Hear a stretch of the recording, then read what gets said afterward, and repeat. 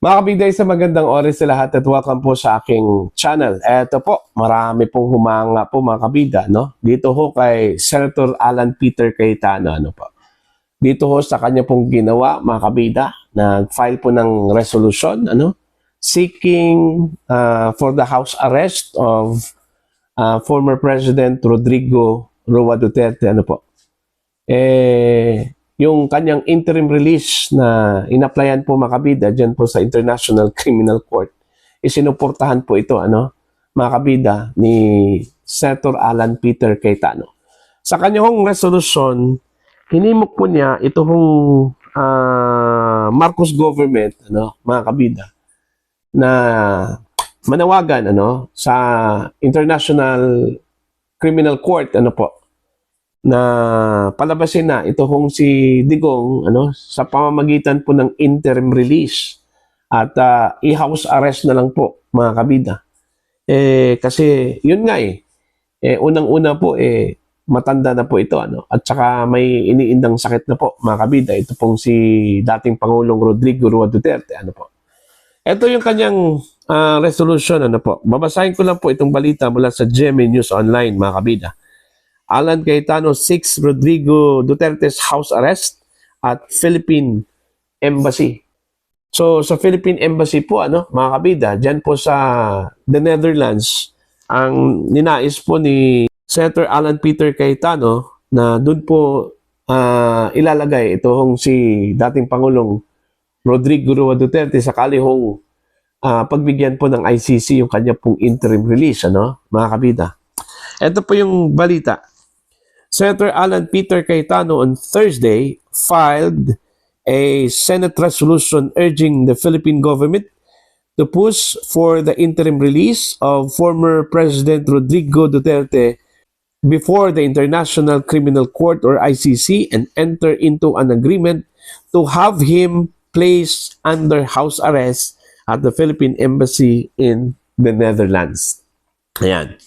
Cayetano was Duterte's running mate in the 2016 elections, noted in the resolution that despite withdrawal from the Rome Statute, the Philippines, through its embassy in The Hague, Netherlands, is not precluded from entering into an appropriate agreement with the ICC to receive custody of Duterte should he be granted conditional release. The senator is thus proposing, among others, for the Philippine government to make an arrangement with the ICC for Duterte's custody to be transferred to the premises of the embassy under a form of house arrest, modified house arrest, or any appropriate arrangement deemed suitable by the court. Cayetano also said that the former president's health is in danger of deteriorating further considering his old age and exclusion from any meaningful social interaction. He argued that Duterte should be afforded the right to be presumed innocent until proven guilty under both domestic and international law. Ayan. Yun yung magandang sinabi po, ano, ni Senator Alan Peter Cayetano po, mga kabida. Dahil ho dito, marami hong humanga po sa kanya, no? Kasi ho, minsan nawala yung pagka-Pilipino po natin nang inaresto po natin ito hong si Digong, ano?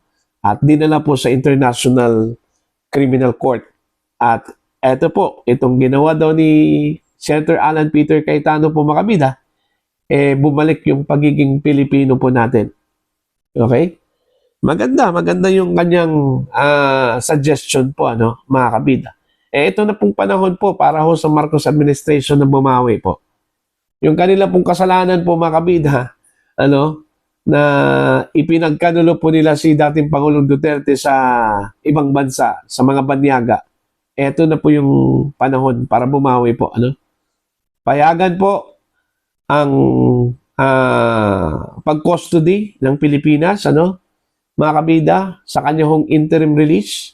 Kasi unang-una po, isa sa mga requirements, mga kabida, dito ho sa interim release po na inapplyan ni dating Pangulong Duterte, kailangan yung host country which is the Philippines, papayag po na sila po ang mag-host at tatalima dun po sa mga alituntunin ng International Criminal Court. Kagaya na lang po sa kanilang commitment na sila po yung mag-aasikaso po sa custody ni Digong at yung kanilang commitment na responsibilidad sakali hong may mangyari po kay Digong, halimbawa tatakas po, hindi na po babalik responsibilidad na po yan ng Pilipinas. Kahit na po hindi po tayo miyembro na po mga kabida ng International Criminal Court okay? Ito pa, babasahin ko lang po yung excerpt ng resolution po ni Senator Alan Peter Cayetano po. To grant the former president interim release in the form of a house arrest or modified house arrest or any other appropriate arrangement subject to conditions restricting liberty to be imposed by the ICC would be beneficial to his health, all while presenting no risk to the integrity of the ongoing trial, the resolution said.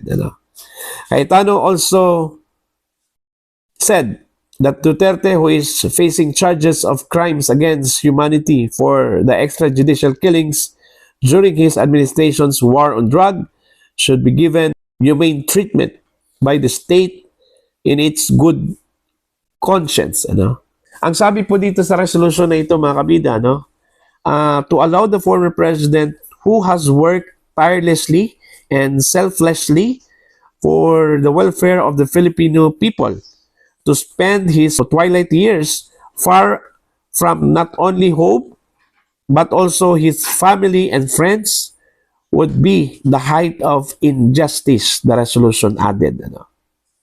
So, yun po. Ewan ko po kung ano po yung magiging response po dito ng Marcos administration, mga kabida. Considering sila po yung nagpadala ko kay Digong sa International Criminal Court, Ewan ko kung papayag ba ang Marcos admin ho dito, mga kabida. Kasi ang implication ho dito, magiging inconsistent na po ito pong Marcos admin, kung susundin po nila ito pong suggestion po ni Senator Alan Peter Cayetano. Unang-una po, hindi po sila makikipag-ugnayan sa ICC kasi hindi na po tayo miyembro. O kung gagawin po ito nila, na makipag-ugnayan po sila dito sa ICC dahil dito sa resolution na ito. Yun pa lang, inconsistent na po. Pangalawa po, yung sinabi po ni Secretary Boying Rimulya, mga kabida, kaya nga ipinasa po nila sa International Criminal Court ito pong kaso po na supposedly ang magta-try dito is ang Pilipinas. Pero dahil sa kawalan daw ng mga ebidensya, destroyed daw yung mga evidence, kaya ipinasa po nila sa International Criminal Court. Yun yung dahilan kung bakit po ang ICC po yung naglitis po mga kabida, dito ho kay dating Pangulong Rodrigo Duterte. Kung papayag po sila dito sa suggestion po ni Senator Alan Peter Cayetano, ano na po mangyari dun ho sa kanila pong argument, na ipinasa po nila sa ICC kasi wala na po yung mga ebidensya. Okay? Mga kabida. So, komplikado po ito.